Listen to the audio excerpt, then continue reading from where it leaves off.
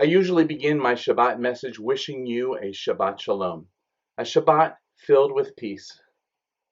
But I fear that this Shabbat may not embody such an ideal. My colleague, Rabbi David Stern, noted that the prophet Jeremiah preached, "Seek the peace of your city and pray for her to God, for in your city's peace shall you know peace." In your city's peace shall you know peace.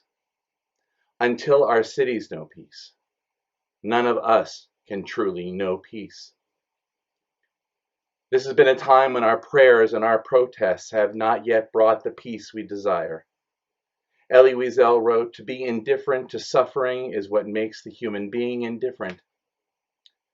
This past week has brought so many questions and yet few answers. Why are so many indifferent to suffering? Why are we deaf to the cries of the innocent, the oppressed, our neighbors and friends who suffer simply because they are people of color? Why are those in power so oblivious to the cry of justice? Tonight, when we gather for Shabbat and create an online community of connection and mutual support, we will not be raising the voice of protest. Rather, we will seek to raise our voices that are crying out in anguish. We will discover ways to share the pain in our hearts.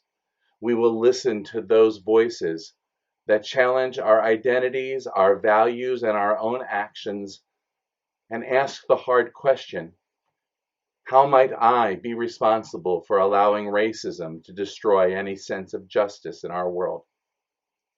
This evening, however, we will also seek comfort and solace in the poetry and songs and prayers that remind us of our humanity.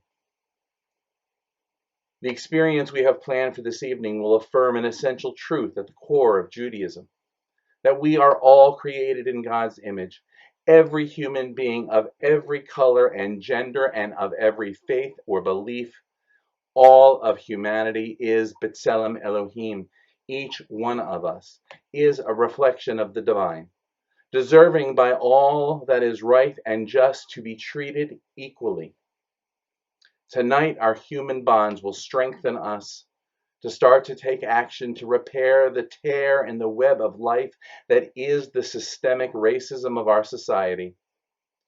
For we know, as taught by Rabbi Abraham Joshua Heschel, that racism is humanity's gravest threat to itself, the maximum of hatred for a minimum of reason.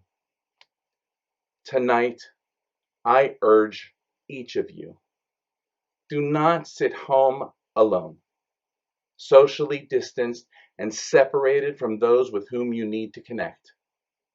Tonight, please join us and help create an online Shabbat community that will provide a unique experience of song, ritual, poetry, and prayer. If we are not alone, then together we can support one another. Share the pain of bearing witness to the racial injustice, vigils, protests, violence, and destruction across the country. We pray that the blessing of Shabbat will guide us to soothe our aching hearts and shine the light of hope that can begin to dispel the darkness. Join our Shabbat gathering celebrating the image of God, and then perhaps we will discover the voice that can say, Shabbat Shalom.